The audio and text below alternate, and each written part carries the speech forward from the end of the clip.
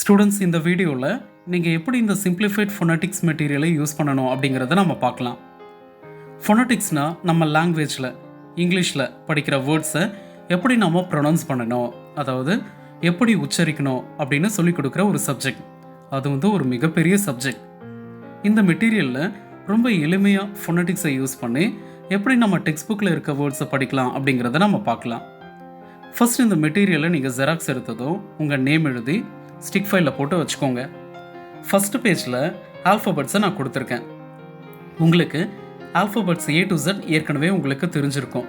இருந்தாலும் ஒரு இன்ட்ரோடக்ஷனுக்காக நான் அதை கொடுத்துருக்கேன். அடுத்ததான் A to Z ஆல்ஃபபெட்ஸில் வொவல்ஸ் அண்ட் கான்சனன்ட்ஸ், அதாவது உயிரெழுத்து மெய்யெழுத்துன்னு தனித்தனியாக ஸ்ப்ளிட் பண்ணி கொடுத்துருக்கேன். இதையும் நீங்கள் தெரிஞ்சுக்கணும். அடுத்தது வொவல்ஸ் அண்ட் கான்சனன்ட்ஸில் ஒவ்வொரு லெட்டர்ஸ்க்கும் தனித்தனியாக சவுண்டு இருக்கேன். அதை தமிழ் வேர்ட்ஸில் நான் கொடுத்துருக்கேன். இதை நீங்கள் கண்டிப்பாக மெமரி பண்ணிக்கணும். A to Z லெட்டர் ஆர்டரில் ஆர் வொவல் அண்ட் கான்சனன்ட் ஆர்டரில் ரிப்பீட்டடாக நீங்கள் இதை ப்ராக்டிஸ் பண்ணிக்கணும். இதுதான் பேசிக். அடுத்தது next clusters and digraphs. Vowel and consonant கிளஸ்டர்னால் நம்ம ஏற்கனவே பார்த்த சிங்கிள் வேர்ட்ஸ் எல்லாம் டபுளாக ஆர் ட்ரிபிளாக இருந்துச்சுன்னா என்ன சவுண்டு வரும்னு நம்ம தெரிஞ்சுக்கிறது தான் வொவல் ஆர் கான்சனன்ட் கிளஸ்டர்ஸ். டயக்ராஃப்ஸ்னால் என்னென்னா ஒரே லெட்டர் சேம் லெட்டர் டபுளாக வந்துச்சுன்னா என்ன சவுண்டுன்னு நம்ம தெரிஞ்சுக்கிட்டோம்னா அது டயக்ராஃப். இது ரொம்ப இம்பார்ட்டண்ட். இந்த வொவல் அண்ட் கான்சனன்ட்டோட கிளஸ்டரும் டயக்ராஃபும் நல்லா நீங்கள் சத்தமாக வாய் விட்டு படித்து ப்ராக்டிஸ் பண்ணிக்கணும். டெய்லி அட்லீஸ்ட் 1 டைம் ஆகுது இதை நீங்கள் சொல்லி பார்க்கணும். இதில் நீங்கள் ஃபுல் ப்ராக்டிஸ்டாக இருந்தால் தான் எந்த புக்கில் எந்த வேர்டை வேணாலும் உங்களால் ஈஸியாக படித்து ப்ராக்டிஸ் பண்ண முடியும். அடுத்தது கிளஸ்டர் அண்ட் டயக்ராஃபோட எக்ஸாம்பிள்ஸ். ஒவ்வொரு கிளஸ்டர்ஸ் அண்ட் டயக்ராஃப்ஸ்க்கும் மேக்ஸிமம் நிறைய எக்ஸாம்பிள் வேர்ட்ஸை நான் கொடுத்துருக்கேன். இதை நீங்கள் டெய்லி 3 or 4 செட்ஸை படிக்கணும். லவுடாக சத்தமாக படித்தா தான் அந்த வார்த்தைகளோட சவுண்டை தெரிஞ்சுக்க முடியும். வார்த்தைகளோட சவுண்டை தெரிஞ்சுக்கிட்டா தான் உங்கள் டெக்ஸ்ட் புக்கில் இருக்க வேர்ட்ஸை டீச்சர்ஸோட ஹெல்ப் இல்லாமல் உங்களால் படிக்க முடியும். இதை நீங்கள் செப்பரேட்டாக ஒரு நோட்டை போட்டு கிளஸ்டர் அண்ட் டயக்ராஃபை டெய்லி 3 or 4 செட்ஸை பார்த்து எழுதுங்க. ஏன் எழுத சொல்கிறேன்னா அந்த வேர்ட்ஸை நீங்கள் பார்த்து எழுதுகிறப்ப நிறைய நாள் உங்களுக்கு நினைவில் இருக்கும், நல்லா ஈஸியாக ஞாபகம் வச்சுக்க முடியும். நல்லா புரிஞ்சுக்கோங்க. தனித்தனி வேர்ட்ஸ்க்கும் கிளஸ்டர் அண்ட் டயக்ராஃப் சவுண்டை டெய்லி படிக்கணும்.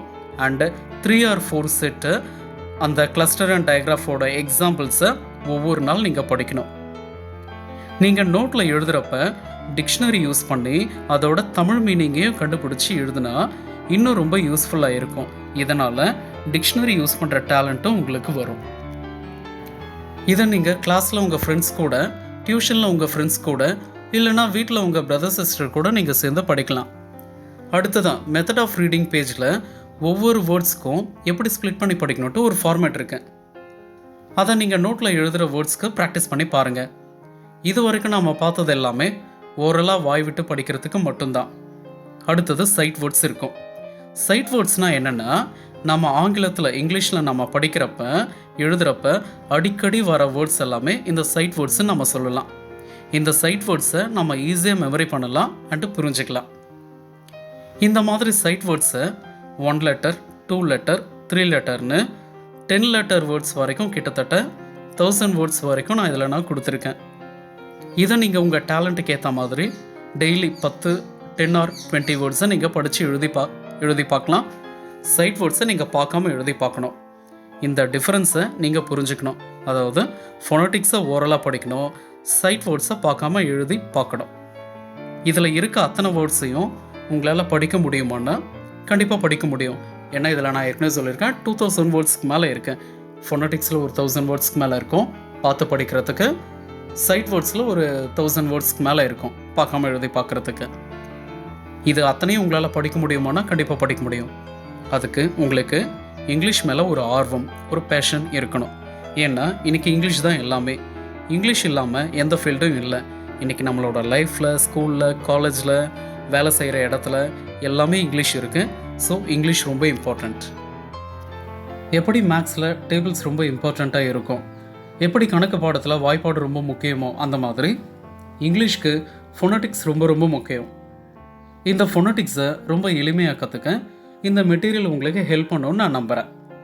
இதில் இருக்க 2000க்கும் அதிகமான இந்த வேர்ட்ஸை நீங்கள் எந்த ஸ்டாண்டர்ட் புக்கை எடுத்தாலும், எந்த நியூஸ் பேப்பர் எடுத்தாலும், எந்த புக் எடுத்தாலும் அதில் எல்லாமே இந்த வேர்ட்ஸ் வரும்.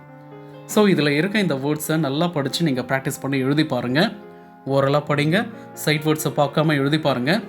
இங்கிலீஷ் உங்களுக்கு ரொம்ப எளிமையாக, ரொம்ப சிம்பிளாக படிக்க வரும். All the best students.